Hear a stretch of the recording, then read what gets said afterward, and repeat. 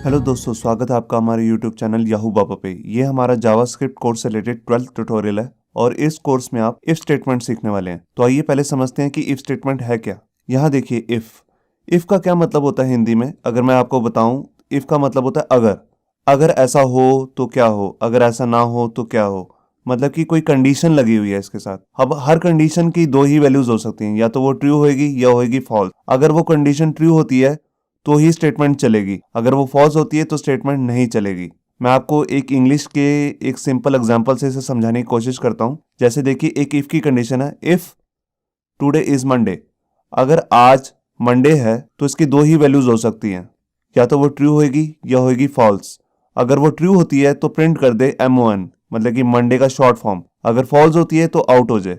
अब मैं आपको बताता हूं कि जावास्क्रिप्ट के अंदर इफ कंडीशन को लिखने का क्या तरीका होता है। यहाँ पर देखिए, इफ स्टेटमेंट के बाद आप राउंड ब्रेसेस देंगे और उसके अंदर एक कंडीशन देंगे। उसके बाद यहाँ पे करली ब्रेसेस हैं, एक स्टार्टिंग की और एक एंड की।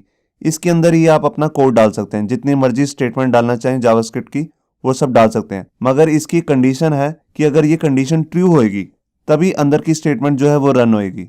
मैं आपको एक एग्जाम्पल से समझाने की कोशिश करता हूँ। मान लीजिए हमारे पास एक वेरिएबल है x और उसकी वैल्यू है 15, और इसके साथ हम यहाँ पर इफ की कंडीशन में से टेस्ट करते हैं। अगर x की वैल्यू 10 से ग्रेटर है तो ही अंदर की स्टेटमेंट प्रिंट हो x इज ग्रेटर। तो यहाँ कंडीशन ट्रू हो गई है, क्योंकि x की वैल्यू है 15 और वो 10 से ग्रेटर है, तो ये वैल्यू प्रिंट हो जाएगी। और अगर हम x की वैल्यू, अब इसको इफ की कंडीशन के साथ अगर चेक करें कि x की वैल्यू अगर 10 से ग्रेटर है तो ये कंडीशन ट्रू नहीं है, क्योंकि 5 ग्रेटर देन 10 नहीं है, तो कंडीशन होगी फॉल्स। तो इसके अंदर जो स्टेटमेंट आने वाली थी ये प्रिंट नहीं होगी, क्योंकि ये कंडीशन हो चुकी है फॉल्स। तो यहाँ पे आपको क्लियर हो गया होगा कि हम कैसे कंडीशन बनाते हैं। यहाँ पर कंडीशन बनाने के लिए आपको कुछ ना कुछ कंपैरिजन करना पड़ता है, दो वैल्यूज में या दो वेरिएबल्स में या दो से ज्यादा वैल्यूज में या दो से ज्यादा वेरिएबल्स में। तो इन वैल्यूज को कंपेयर करने के लिए हमारे पास आते हैं कंपैरिजन ऑपरेटर, जो हमने अपने पिछले वीडियो ट्यूटोरियल में सीखे थे। तो उन्हीं को यूज करके आइए देखते हैं प्रैक्टिकल में से कैसे यूज करना है। तो यहाँ पर देखिए, हमने अपना डॉक्यूमेंट ओपन कर लिया। ये वही डॉक्यूमेंट है जो हमने अपने पिछले वीडियो ट्यूटोरियल में कंपैरिजन ऑपरेटर्स में सीखा था। तो यहाँ पर अब हम कंसोल ये वाली स्टेटमेंट को डिलीट कर देते हैं और यहाँ से जस्ट हम एक वैल्यू भी चेंज कर देते हैं इनकी। जैसे मैंने यहाँ पर कर दिया 20।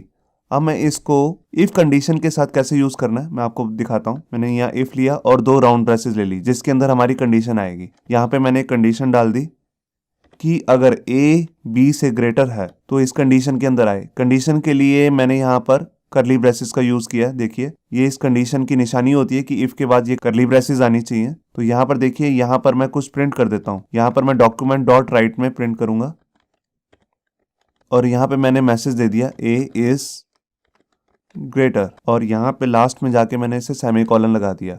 मैंने पेज को रिफ्रेश किया और देखिए कुछ भी नहीं हुआ, क्योंकि a की वैल्यू b से ग्रेटर नहीं है। अब मैं यहाँ पे जाके a की वैल्यू को 100 कर दिया। अब मैंने देखिए फाइल को सेव किया। अब यहाँ पर वैल्यू प्रिंट होगी a इज ग्रेटर। तो आपको दिख रहा है जब कंडीशन ट्रू होगी तभी अंदर की स्टेटमेंट जितनी भी हैं करली ब्रेसेस के अंदर वो रन होंगी। अब मैं इसको कंपैरिजन को किसी और तरीके से करके दिखाता हूँ।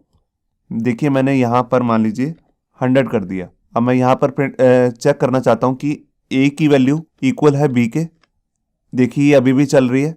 क्यों चल रही है? क्योंकि कंडीशन ट्रू हो चुकी है। a की वैल्यू जो है वो b के इक्वल है। अब मैं यहाँ अंदर जो स्टेटमेंट है उसको चेंज कर देता हूँ। मैं यहाँ पे जस्ट लिख देता हूँ याहू बाबा। ये स्टेटमेंट तभी प्रिंट होगी अगर a की वैल्यू जो है वो b के बराबर है। ये देखिए, अब मैंने यहाँ पर जाकर डबल कोट लगाए और अब इनकी वैल्यू चेक करी। देखिए, अभी भी ये प्रिंट हो रहा है। ये प्रिंट इसलिए हो रहा है क्योंकि अभी भी a की वैल्यू जो है वो b के बराबर है। हमने डाटा टाइप को चेक नहीं किया है, तो मैं चाहता हूँ इनकी वैल्यू तो बराबर हो ही हो और साथ में इनकी डाटा टाइप भी इक्वल हो। मैंने फाइल को सेव किया और देखिए अब स्टेटमेंट प्रिंट नहीं हुई, क्योंकि इनकी डाटा टाइप दोनों की अलग है। b की है स्ट्रिंग और a की है नंबर। तो यहाँ पर आप कोई भी वेरिएबल्स को यूज करके और साथ में कंपैरिजन ऑपरेटर को यूज करके यहाँ पर कंडीशन चेक कर सकते हैं। ऐसे प्रोग्रामिंग में बहुत से काम होते हैं जब हम वेब एप्लीकेशंस बना रहे होते हैं या सॉफ्टवेयर बना रहे होते हैं, जहाँ पे हमें ऐसे कुछ कंडीशंस को रख कर काम करने होते हैं। ये हम अपने आने वाले और वीडियो ट्यूटोरियल्स में देखेंगे कि इफ की और भी कौन सी एडवांस स्टेटमेंट्स हैं। होप सो आपको ये हमारा वीडियो ट्यूटोरियल अच्छा लगा होगा। अगर अच्छा लगा है तो वीडियो को प्लीज़ लाइक करना मत भूलिए। अगर आप ऐसे ही रेगुलर अपडेट्स चाहते हैं तो हमारे चैनल याहू बाबा को सब्सक्राइब करना मत भूलिए। Thank you.